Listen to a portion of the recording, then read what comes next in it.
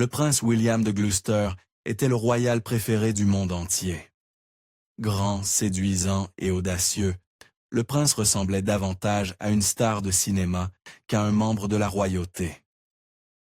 Malheureusement, cela ne fit que rendre sa fin tragique, devant 30 000 spectateurs horrifiés, d'autant plus dévastatrice. Alors, qui était vraiment cet autre prince William? De son penchant pour l'imprudence à son histoire d'amour maudite, découvrons-le. Au moment de sa naissance, il était 4e dans l'ordre de succession au trône d'Angleterre. La famille royale se réjouit de la naissance d'un nouveau fils. Après des années de service en France, le père de William, le prince Henry, avait pu rentrer pour assister à sa naissance. Puis, quelques mois plus tard, il fut de nouveau arraché à sa famille. Henry rentra chez lui et la Seconde Guerre mondiale prit fin quelques années plus tard. Bien que presque 20 ans plus jeune, William était très proche de sa cousine, la princesse Élisabeth. Il fut garçon d'honneur à son mariage, alors qu'il n'avait que 7 ans. Quelques années plus tard, il assista à son couronnement lorsqu'elle devint la reine Élisabeth II. De plus, son fils Charles idolâtrait absolument son cousin aîné. Grand et d'une beauté audacieuse, tout le monde le décrivait comme chaleureux, tendre et généreux à l'excès. Il était farouchement loyal envers ses amis, en particulier ceux qui étaient malades, impopulaires ou même franchement embarrassants. Bien que le prince William ait eu un grand cœur, il restait un prince. Il grandit en étant l'enfant chéri de tout un royaume, et cela lui monta à la tête. Il pouvait être terriblement égoïste, selon son biographe.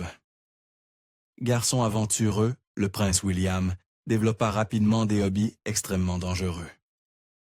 Des courses de voitures, au vol en avion. Tout le monde en Angleterre entendait parler des exploits du prince audacieux. Bientôt, on commença à le surnommer le James Bond de la famille royale. Bien que les princes, comme William, aient coutume d'entrer dans l'armée, il était bien trop indépendant pour porter un uniforme. Au lieu de cela, il devint seulement le 2e royal à travailler dans la fonction publique. Il travailla pour une banque d'affaires, puis devint diplomate. William conservait toujours son esprit d'aventure et voulait découvrir le monde. Il accepta un poste à Lagos, puis, quelques années plus tard, fut transféré à l'ambassade britannique à Tokyo. La mère de William exigea qu'un médecin l'examine avant son départ pour Tokyo. Il s'attendait probablement à un certificat de bonne santé. Eh bien, il allait être rudement réveillé. Le médecin nota que William avait souffert de jaunisse pendant plusieurs mois. La peau du prince cloquait également lorsqu'elle était trop exposée en au soleil. Le médecin lui annonça qu'il souffrait de porphyrie. Si ce terme ne vous dit rien, c'est la même maladie dont on pense qu'elle rendit le roi George III fou. Comme cette maladie est héréditaire, n'importe quel membre de la famille de George pouvait en être atteint. Et William était un descendant direct. Les médecins confirmèrent finalement le diagnostic, apportant davantage de preuves que la porphyrie hantait la famille royale depuis des siècles. Peut-être même jusqu'à Marie, reine d'Écosse. Naturellement, William pilota lui-même son avion jusqu'à Tokyo, l'un de ses nombreux appareils personnels. Après tout, il restait un prince. Après un vol épuisant de 16 heures depuis Londres, il arriva et découvrit une liberté qu'il n'avait jamais vraiment connue auparavant. Loin des devoirs royaux et du protocole habituel, William pouvait vivre une vie presque normale. William était désormais un employé ordinaire, mais il n'avait pas abandonné son mode de vie audacieux. Il aimait toujours les voitures rapides et les avions encore plus rapides, mais ses manières imprudentes signifiaient qu'il flirtait souvent avec le désastre. Une fois, au Japon, il emmena des amis en vol dans l'un de ses avions. La sécurité n'était pas toujours la priorité pour un homme comme William. Il effectua ses vérifications habituelles avant de décoller ce jour-là, mais il manqua quelque chose. Juste après que son avion eut pris l'air, une des portes s'ouvrit soudainement. Réagissant rapidement, William demanda à son ami de tenir bon aussi longtemps que possible. Le prince exécuta alors un décrochage d'urgence en plein vol. Alors que les alarmes commençaient à retentir, il ralentit l'avion suffisamment pour que son ami puisse claquer la porte et la verrouiller solidement. À Tokyo, William ne pouvait être plus loin de sa famille, ce qui signifiait qu'aucun parent guindé ne surveillait ses activités. On le voyait avec différentes femmes lors de diverses sorties en ville. Sans surprise, William n'avait aucun mal à trouver de la compagnie féminine.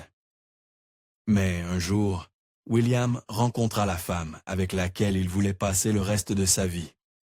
Né en Hongrie, le mannequin Zuzi Starkloff s'était installé au Japon pour être l'égérie de la campagne publicitaire japonaise de Revlon. De 8 ans son aînée, elle avait déjà été mariée, avait une fille et était divorcée.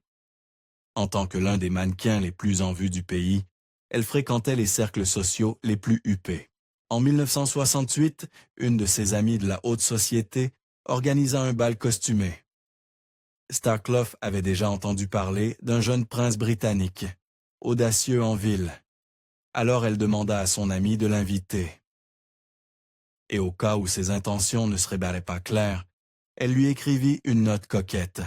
« Cher prince charmant, on dit qu'une fête n'est pas une fête sans vous. De plus, il me manque une pantoufle. Signé Cendrillon. » Il n'est pas difficile de comprendre ce que William voyait en Starkloff. L'un de ses anciens associés professionnels la décrivit comme très belle, avec de grands yeux marrons et de longs cheveux auburn. Elle s'habillait avec élégance et se comportait avec grâce. Elle parlait un japonais impeccable et était manifestement une femme intelligente. Mais cela suffirait-il à apaiser la famille de William? Les premiers jours de William avec Starkloff furent un tourbillon. Ils louèrent un nid d'amour secret près de l'océan. Et pendant un temps douloureusement court, ils purent ne prétendre être un couple comme les autres. William adorait cuisiner pour Zuzi et lui préparait le petit déjeuner tous les matins.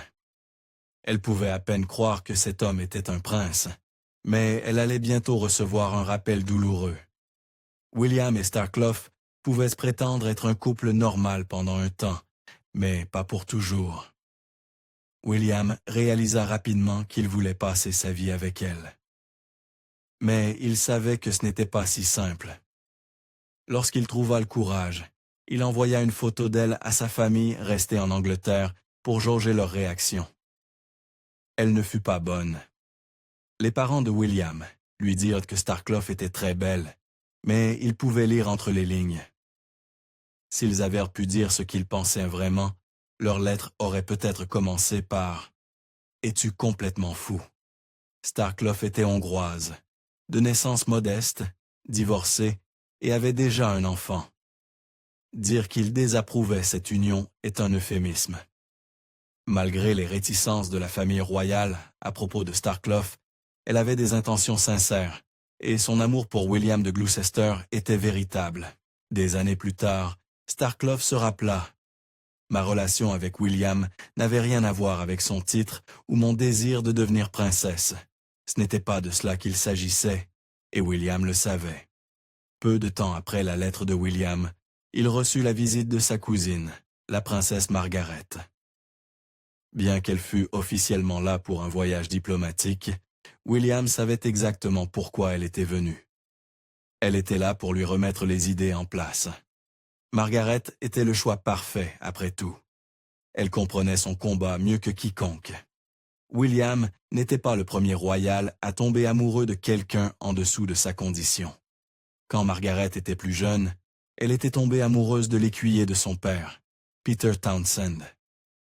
Elle avait voulu l'épouser, mais il avait 17 ans de plus qu'elle, était divorcé et avait 2 enfants.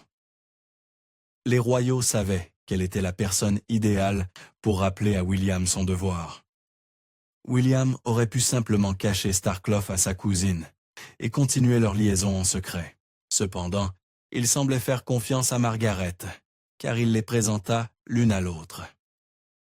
Quand la princesse rencontra Starcliffe pour la première fois, une expression de surprise sincère traversa son visage.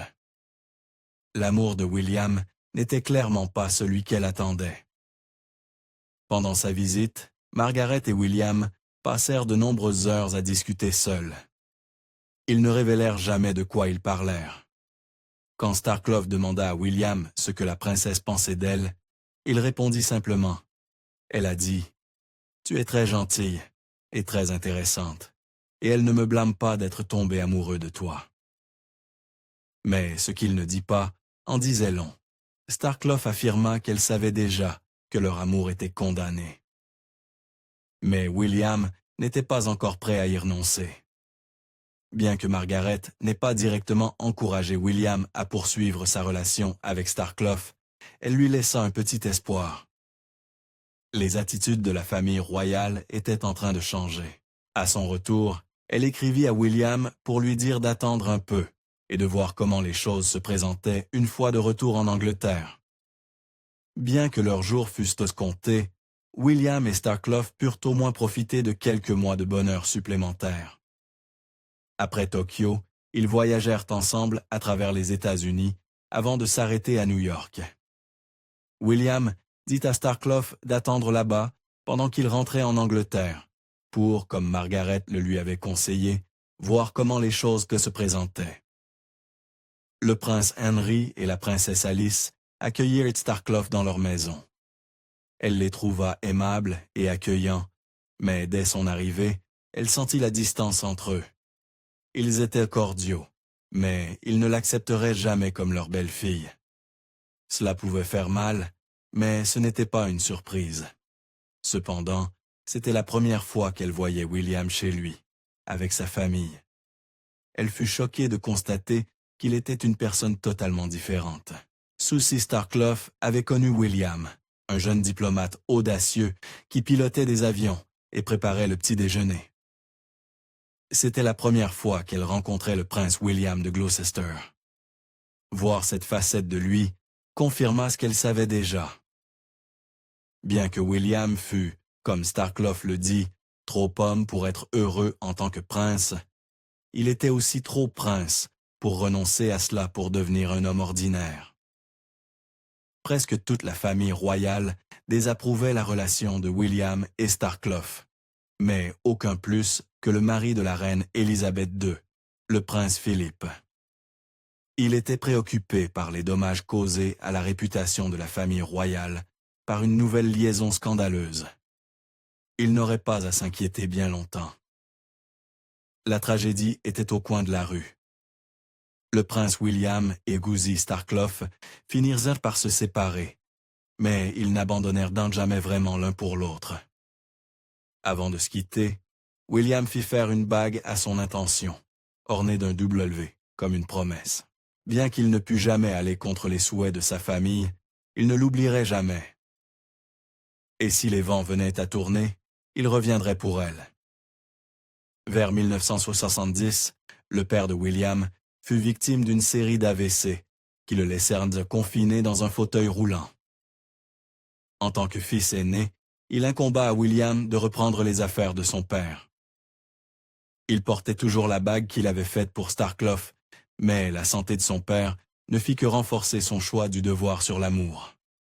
William quitta le service diplomatique pour, comme il le disait, assumer son travail à plein temps en tant que prince royal. Il ne serait plus jamais avec Starcliffe. Bien que William n'eût plus la même liberté qu'il avait appréciée au Japon, il restait aussi aventureux que toujours.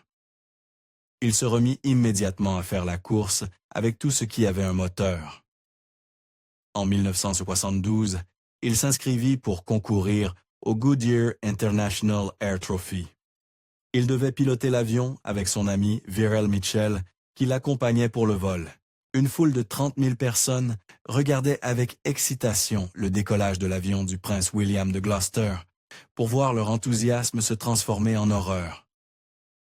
Presque immédiatement après avoir pris l'air, l'avion de William vira brusquement à gauche. Ce virage soudain fit perdre de l'altitude à l'avion et le fit plonger droit sur un arbre. William tenta de reprendre le contrôle de l'appareil, mais il avait déjà perdu trop d'altitude. Son avion heurta un arbre, arrachant net l'aile gauche. À ce moment-là, il était trop tard. L'avion se retourna avant de s'écraser sur un talus près de l'aérodrome et de s'enflammer. Un groupe de petits garçons qui se trouvaient près du lieu de l'accident se précipita vers l'incendie pour porter secours. Mais leurs efforts furent vains. L'un des garçons déclara plus tard à BBC News « Nous avons essayé de forcer les portes de l'avion, puis de le casser en deux, en tirant sur la queue, mais ça n'a servi à rien. Nous avons dû reculer à cause de la chaleur. » Bien que les équipes de secours se soient précipitées sur place, elles ne purent rien faire non plus. Il fallut 2 heures pour maîtriser l'incendie. Le lendemain, les coronaires inspectèrent les restes et, grâce au dossier dentaire, confirmèrent ce que tout le monde savait déjà. Le prince William et Verrell Mitchell étaient morts dans l'accident. Mitchell avait 43 ans et William n'avait que 30 ans. La mère de William était si bouleversée par la mort de son fils qu'elle n'eut pas le cœur de l'annoncer à son mari. Elle craignait que, dans son état de santé fragile, il ne puisse supporter la nouvelle. Dans sa biographie, elle confessa qu'il avait dû apprendre la tragédie par la télévision. Le prince Charles fut particulièrement touché par la perte de William. Il avait toujours idolâtré son cousin aîné, qui lui semblait invincible. Il n'oublia jamais William. Et 10 ans plus tard, lorsque la princesse Diana donna naissance à son fils aîné, il savait déjà exactement comment le prénommer. Jusqu'à la fin, William pensait encore à Zuzi Starclough.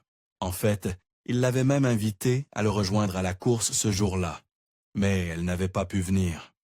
Cela s'avéra être une chance, car cela lui épargna de voir l'amour de sa vie partir en flammes. Et au cas où elle craignait qu'il ait pu passer à autre chose, il lui laissa un dernier hommage déchirant. Les restes à l'intérieur de l'avion étaient trop défigurés pour être correctement identifiés. Mais un objet avait survécu à l'accident. La bague que William avait faite pour Starclough était toujours à son doigt. Même le dernier jour de sa vie, William pensait encore à Zuzi Starclough.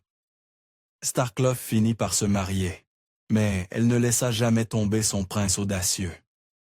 Elle vécut jusqu'en mai 2020, lorsqu'elle perdit son combat contre le cancer.